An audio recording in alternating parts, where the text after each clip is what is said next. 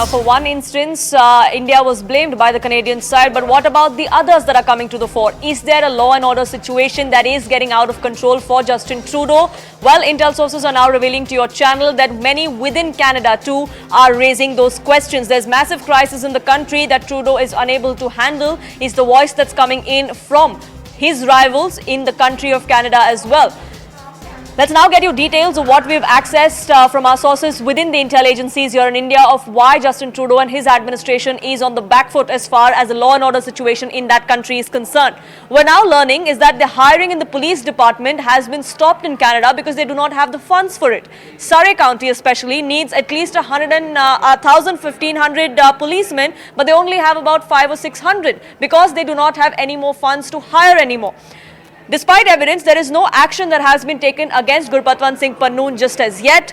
We're also learning that corporate bankruptcies and defaults are surging, and that seems to be a big issue as far as the economy is concerned. Remember, inflation and protests over that is something Justin Trudeau and his administration are already facing.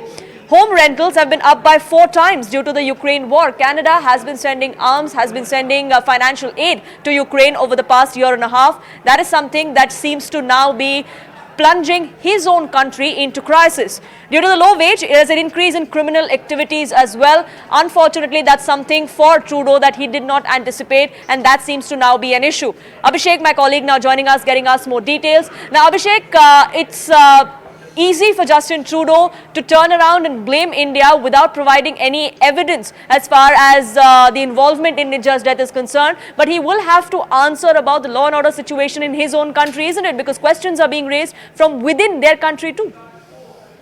Well, we have seen Justin Trudeau's remark and then the kind of the uproar it has created. But even despite almost 4 days of those remarks or those statements in the parliament, Justin Trudeau government has not been able to come out with any substantial evidence on the basis of which not only they have leveled charges against India, but they have expelled a senior Indian diplomat as well. So what were so strong grounds that Justin Trudeau did have, and he is unwilling to share it with the world or with the public or in the media? That is one question. The second part is this seems like a clear distraction and divergence strategy of the Justin Trudeau government to for their own domestic reasons because of the political compulsion that he's having. His ratings, his popularity rating is going down. The issues of inflation, economics, law and order, they are taking center stage in the Canadian, discourse, the social discourse in Canada and the media space. Law and order has been one of the key issues that has been not in very good state in Canada. We have seen multiple occasions. In fact, in the month of March also earlier this year, there was a stabbing incident that has happened that has gone viral. India has also raised several instances of Khalistani extremists, violent groups, attacking Indians, intimidating Indian community, threatening Indian diplomats. There has not been a single instance where those cases or those concerns have been addressed. There has been any legal process or any arrest or anybody who has been summoned or cushioned. So that clearly tells the kind of laxity Canadian authorities have against criminals at large, and of course the anti-India sentiments propagated also that they are reluctant to act against them, and that is really percolating down, which is now impacting the day-to-day law and order situation in Canada as well. Right, and the opposition in Canada is gunning for Justin Trudeau on multiple fronts, isn't it? They too have come out and asked where is the evidence based on which these allegations were made, even on the floor of the parliament there, which is why we've seen the opposition gunning for Justin Trudeau. But India too has taken a very strong stance. No words were minced yesterday by the Ministry of External Affairs when that statement came out as far as Justin Trudeau's allegations were concerned. Well, see, West and NATO and European unions and many of the countries on that side, they have been increasingly looking up to India as their partner, as strong ally. In fact, NATO countries have also expressed a strong eagerness to cooperate and collaborate with India for the security and defense aspect in Indo-Pacific region. So clearly, India has kind of become or increasingly becoming indispensable as an alliance, as a partner, as a friendly nation for the West.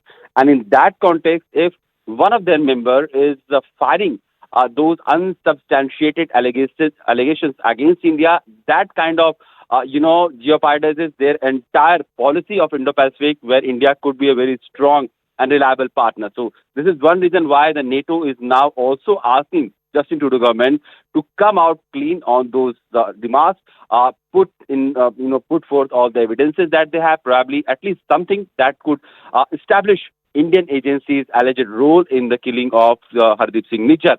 Probably the entire intelligence could not be put in the public domain, but there can be something that could substantiate his remarks that he has raised and given in the parliament. So this is a reason why the opposition in Canada, NATO members and allies of Canada, they have also started asking where is the evidence from the Justin Trudeau government, and there has not been anything substantial that has come officially. There have been some quarters of Canadian media which have reported source-based information that there are some conversation or some telecommunication evidences that the Canadian government has, but they are still unofficial, unconfirmed.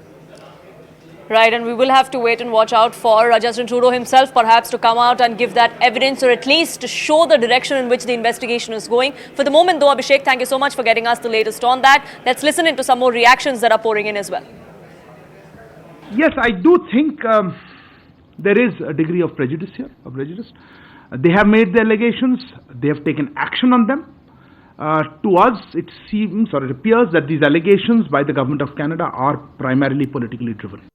आपने देखा होगा कि हमारे जो Canada में high commissioner और consulates हैं उनको किस तरह के सिक्योरिटी थ्रेट्स वो फेस कर रहे हैं, उसको आप जानते हैं. इससे उनका जो सामान्य कामकाज होता है उसमें बाधा पड़ी है, उसमें डिस्ट्रप्शन आई है. इसीलिए हमारी हाई कमीशन और कॉन्सुलेट्स अब टेम्पररीली वीज़ा एप्लीकेशंस नहीं प्रोवाइड कर पा रही हैं. अभी के लिए ये सिक्योरिटी सिचुएशन जो कनाडा में और कैनेडियन गवर्नमेंट की इनएक्शन से रहा है, उसके लिए हम इसको अस्थायी रूप में हम इसको वीज़ा आवेदन का जो प्रोसेस है उसमें बाधा पड़ रही है और इसीलिए हमने उसको अभी उसको स्टॉप कर रखा है. The larger issues of terrorism, and not just terrorism, but also the fact that it is being funded and supported, and we know this for some time from our western neighbor Pakistan. But the issue of safe havens and places to operate is being provided abroad, including in Canada.